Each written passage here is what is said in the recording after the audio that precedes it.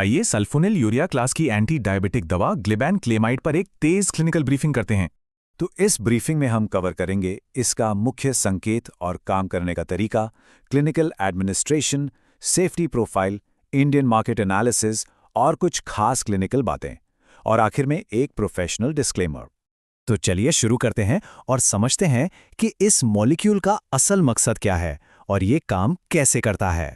तो ग्लिबन क्लेमाइड को type 2 diabetes mellitus के इलाज के लिए मंजूरी दी गई है। मतलब ये डाइट और एक्सरसाइज के साथ दी जाने वाली एक सहायक दवा है। ये सीधे उस डिफेक्ट पर काम करती है जहां पैंक्रियाज की बीटा सेल्स जरूरत के हिसाब से इंसुलिन नहीं बना पाती, जिससे इंसुलिन सीक्रेशन कम हो जाता है। ये सल्फोनिल यूरिया क्लास की दवा है, और इस क्लास का जो सबसे खास काम है वो ये है कि ये सीधे पैंक्रियाज की बीटा सेल्स पर असर करती है और उनसे इंसुलिन का निकलना बढ़ा देती है, भले ही खून में ग्लूकोज का लेवल कुछ भी हो। इसका मैकेनिज्म बहुत सीधा है। 4 स्टेप्स का प्रोसेस है। मरीज को दवा दी जाती है, दवा सीधे पैंक्रियाज पर काम करती है, इंसुलिन रिलीज को बढ़ाती है और नतीजा ब्लड ग्लूकोज लेवल नीचे आ जाता है। ठीक है, तो अब ये तो समझ आ गया कि ये काम कैसे करती है। अब देखते हैं कि इसे असल में क्लिनिकल प्रैक्टिस में दिया कैसे जाता है। तो इसे देने में सबसे जरूरी बात है खाने के साथ इसकी टाइमिंग। इसे दिन के पहले मुख्य भोजन, मतलब आमतौर पर नाश्ते से ठीक पहले या उसके साथ लेना होता है। एक और जरूरी बात, खाना छोड़ना बिल्कुल नहीं है, वरना दिक्कत हो सकती है। और हाँ, रेगुलर ब्लड शुगर मॉनिटरिंग तो बेहद जरूरी है।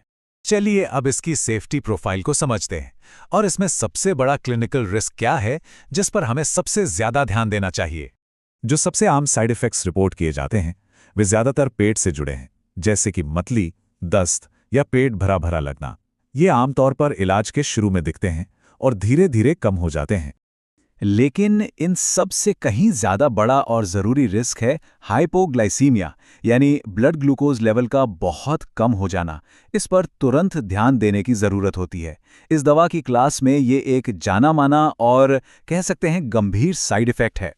और हाइपोग्लाइसीमिया को तुरंत मैनेज करने के लिए एक स्टैंडर्ड प्रोटोकॉल है जिसे 15-15 रूल कहते हैं। पहला स्टेप है लक्षणों को पहचानना, जैसे ठंडा पसीना, कम कंपी या घबराहट। दूसरा स्टेप, तुरंत कोई मीठी चीज या फ्रूट्स लेना जिसमें करीब 15 ग्राम कार्ब्स हों। फिर 15 मिनट रुककर दोबारा ब्लड ग्लूकोज चेक करना है। मरीज को यह समझाना बहुत जरूरी है। हाइपोग्लाइसीमिया के अलावा कुछ और भी क्लिनिकल चेतावनियां हैं, जैसे गाड़ी या कोई मशीन चलाते समय सावधानी बरतने की सलाह दी जाती है। कुछ मामलों में लिवर फंक्शन की रेगुलर निगरानी भी जरूरी हो सकती है। और हाँ, अगर इसे दूसरी एंटी डायबिटिक दवाओं या शराब के साथ लिया जाए तो हाइपोग्लाइसीमिया का खतरा और बढ़ जाता है। ठीक है, अब एक नजर डालते हैं भारत के बाजार पर कि यहाँ इस मॉलिक्यूल की क्या स्थिति है। ये टेबल भारत के टॉप 5 ग्लिबन क्लेमाइड ब्रांड्स को दिखाती है। इसमें ब्रांड, उनके मैन्युफैक्चरर और एमआरपी रेंज दी गई है। आप देख सकते हैं कि कीमतों में काफी अंतर है, जिससे इलाज के कुल खर्च पर असर पड़ सकता है। चलिए अब इसके इस्तेमाल से जुड़े कुछ और जरूरी क्लिनिकल सवालों पर बात करते हैं। एक सवाल जो अक्सर उठता है वो है ग्लिबन क्लेमाइड और टेनिलिक्लेप्टिन का कंपैरिजन। इन दोनों दवाओं के साइड इफेक्ट प्रोफाइल काफी अलग अलग हैं।